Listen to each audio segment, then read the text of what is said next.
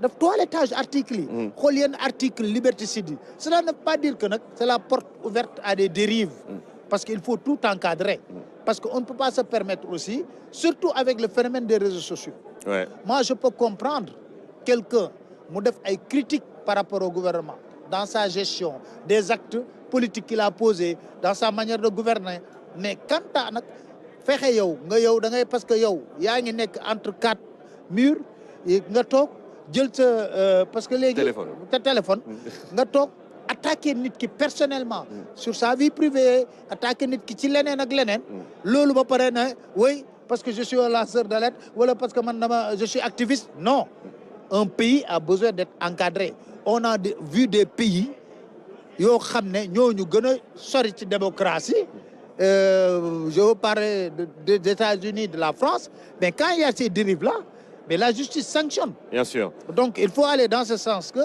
il faut tout encadrer.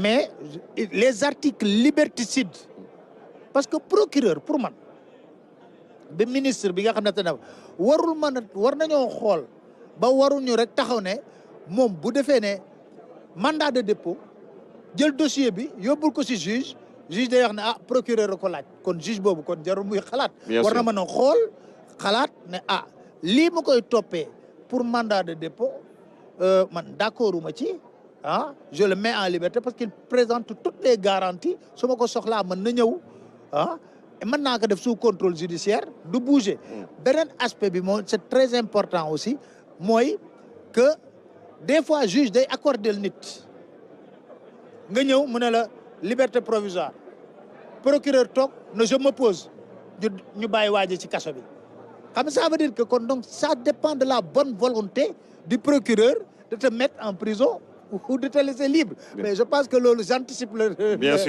débat et puis les autres vont parler de ça sëñ Xaali ñi jooyanti tamit beneen mbir mooy nombre de magistrats yi ak dossiers yi nu muy bëree ci Sénégal est-ce que loolu war nañ ci mën a am saafara fu ñu toll nii waaw war nañ ci mën a am saafara parce que aussi comme exécutif bi ngi fi te ñoom ñooy jël ñooy fonctionnaire ñoom ñooy patron des fonctionnaires xam nañ ne le ratio nombre de magistrats population du Sénégal c'est un ratio qui est démesurément déséquilibré boo xoolee nañ la wax ne quelque 500 magistrats sur 18 millions de population barki Dembo Ndiaye am na si nekkul ce débat for naa ci ay kilifa ñu ne boo xoolee le nombre de notaires c'est moins de 50 le nombre de huissiers moins de 50 ak ñeneen sur 18 millions de population du Sénégal te ñëpp dañuy soxla justice tey ñu woo la nga dem foofu ñu téye la teg la fenn war laa atte te ña la war a atte nekk am loo xam ne ni pile de dossier bu nekk ci ñoom la loolu ndem kilifa yi ñoo xam nañ li xew te nee nañ tokk ci seen nopp te xam nañu itam bëgg nañu feral rongoñu askan wi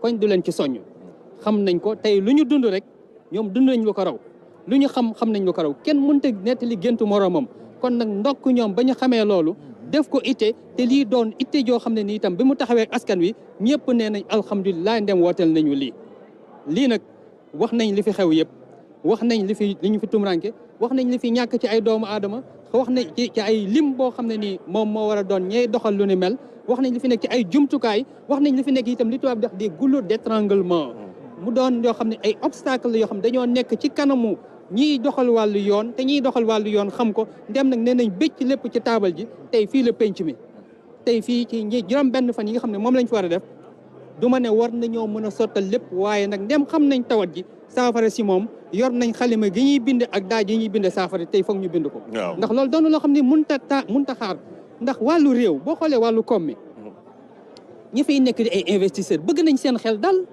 man mii su ma xëyee di liggéey bëgg naa sama xel dal ku ma kenn ñëw itam daf ma ñaawteef bëgg naa sama xel dal fu ma demee fenn di ko jooytu te ñooñu itam ëpp may rongañ mënuñu maa fajal samay jooy kon fan lañ jëm te daf pilier wax professeur Babacar gi wax la justice c'est la boussole c'est un pilier de notre démocratie loolu xam nañ ko xamee nañ ko léegi nag ndem loolu xam nañ ko nag bu ñuy wax tey wàllu pétrole wàllu gaz wàllu leneen ak leneen daan nañu dund te amuñu loolu li ñu gën a bëgg tey mooy ku toppatoo ak sàmm wareef ak yelleefu doomu aadama yi bu ko defee ñun ñi seen xel dal as gor loolu moo koy téye ndax kat daan nañu fi dund ay at suñuy maam daan nañu fi dund ay at amuñoon pétrole amuñoon gaz amuñoon len te teewuñu taxuñoo fande taxuñoo dëñe ngor googu ñu nekkoon nag mën nañ cee wëy waaye nag ngor lañ wax ngor nag dafa am loo xam ne moo koy laytaay moo doon seen wareef ak seen yar kenn bañ koo fell ndax ku ko fell nag mën nga koo jaay sa bagante am na mën na la cee fekk. dañ koy tàmm di wax connaître ses droits et faire ses devoirs.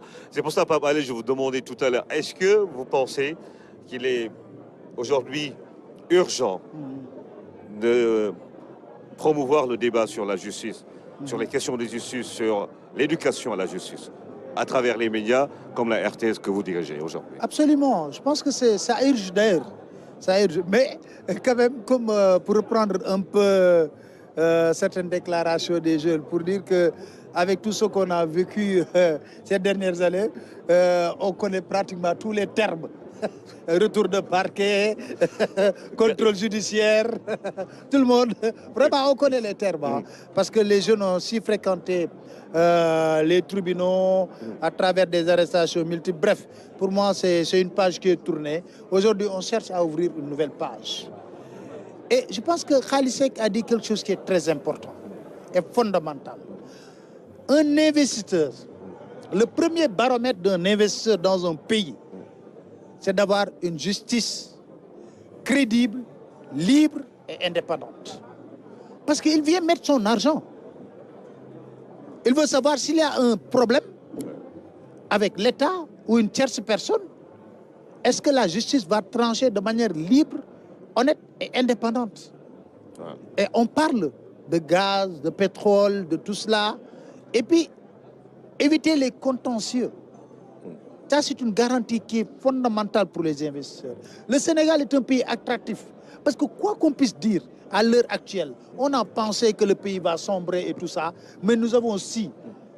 J'ai toujours dit que les Sénégalais ont décidé de régler tous leurs contentieux politiques par la voie des urnes. Ouais. C'est peut-être les hommes politiques qui parlent, mais vous verrez jamais les Sénégalais, ils disent « attendons jusqu'aux élections ». Et ils feront le nécessaire aux élections. Ils vont choisir librement. Et le lundi, ils vont s'occuper de leurs problèmes.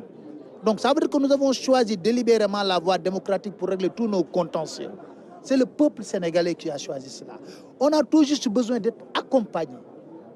Parce que souvent, le peuple se pose des questions sur sa justice. Et c'est légitime. Ouais. Parce qu'on a vu des actes qui ont été posés par la justice et que même, il y a des magistrats qui pensent qu'il est temps. Il l'appelle un collectif au niveau parce qu'il y a des magistrats qui sont libres, qui veulent vraiment redorer le blason de leur métier pour qu'on puisse faire un travail véritablement accepté.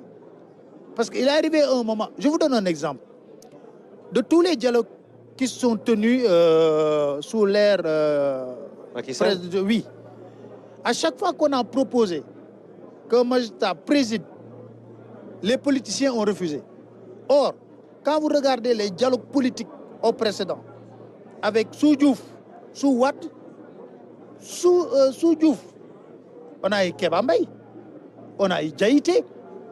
C'est de hauts magistrats qui ont présidé ces dialogues politiques. On a débouché sur le code électoral où Diouf disait « je ne vais même pas changer une virgule ». Et on a aussi Diaïté. Mais les policiers ont refusé systématiquement qu'un homme de la justice puisse venir présider les rencontres. Et c'est un ancien ambassadeur qui a eu à présider la dernière rencontre sur le dialogue. Parce que quoi? Pourquoi? Il dit nous n'avons plus confiance. Aujourd'hui, c'est aux magistrats de redorer le blason. Et pour moi, c'est des personnes qui sont crédibles. Il a posé également un autre problème, c'est le nombre de magistrats. Figurez-vous, à Dakar, tu as un magistrat pour 75 000 personnes. À l'intérieur du pays, tu as un magistrat pour 250 000 personnes. Vous comprenez parfaitement qu'il puisse y avoir des lenteurs dans les décisions de justice. Ouais. Vous comprenez parfaitement qu'il puisse y avoir des problèmes pour donner... Dans une décision de justice, bien sûr. Il y a également un autre problème, le service public de la justice. La justice, ce n'est pas seulement le fait d'arrêter, de condamner et de juger.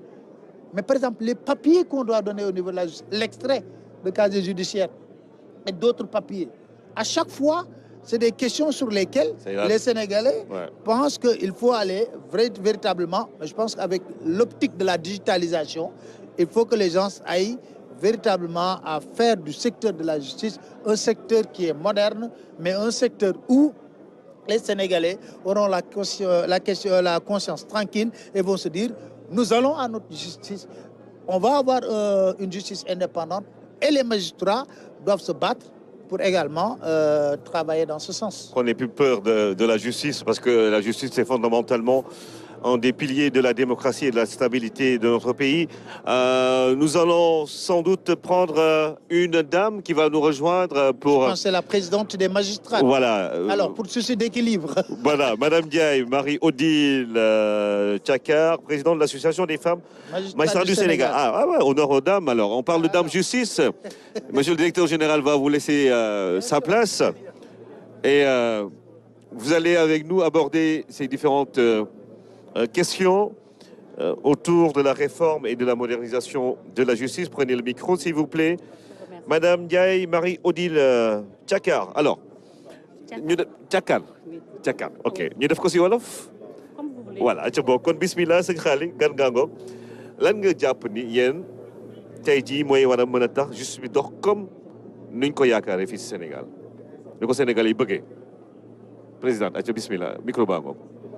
ni ko Sénégalais yi bëggee est-ce que mun nañ ne Sénégalais yëpp benn façon justice la ñu bëgg ni ko Sénégalais yi bëggee certainement mu nekk benn justice bu indépendante loolu c'est le rêve de tout pays. On a les textes, nous avons les textes, c'est une œuvre humaine. La justice est rendue par des êtres humains, des humains. Justice ay nit ñoom ñoo koy joxe ay nit ñoom ñooy rendre justice. Donc nit lu mu def rek du mat. nit ci boppam moom moo matadi. Justice nekk loo xam ne nuñ koy waxee ci français c'est un attribut divin maanaam daal nga dem laajte ay nit ñuy def lenn loo xam ne du yëfu nit en tout cas nit mënu ko xanaa yàlla jàppale ko donc moom mooy li nga xam ne il faut que ñu parfaire ko. Qu'est-ce qu'il faut faire? Mais c'est justement faire en sorte que l'indépendance de la justice nekk loo xam ne dafa réel loo xam ne dañ koy dund. Magistrats yi ñu ngi ci textes yi moom mooy lu ñuy liggéey tey textes yi dañu leen war a améliorer parce que nous avons des textes de bons textes on doit améliorer les textes. Indépendance ak nekk indépendance aux institutions nekk indépendance aussi personnelle. Indépendance institution moom mooy ñu def en sorte que environnement bi nga xam ne moom la ñuy rendre justice nekk loo xam ne nit ki mënul def lu dul indépendant. Madame, en tout cas dans la mesure du possible. Maanaam waaw suuf si. C'est-à-dire que excusez-moi voilà donc environnement kii texte yi am na noo xam ne texte yi bu ñu melee noonu on laisse une marge de manœuvre très faible pour mun a am ay erreurs lu ñuy wax limiter les dégâts. Donc nit ki dinañ toog par exemple conseil supérieur de la magistrature nit ci xam règles yi nga xam ne noonu la ñuy nommer magistrats yi ñu dugal magistrats yi ci conditions yi nga xam ne conditions yu baax on a des conditions de travail extrêmement rudes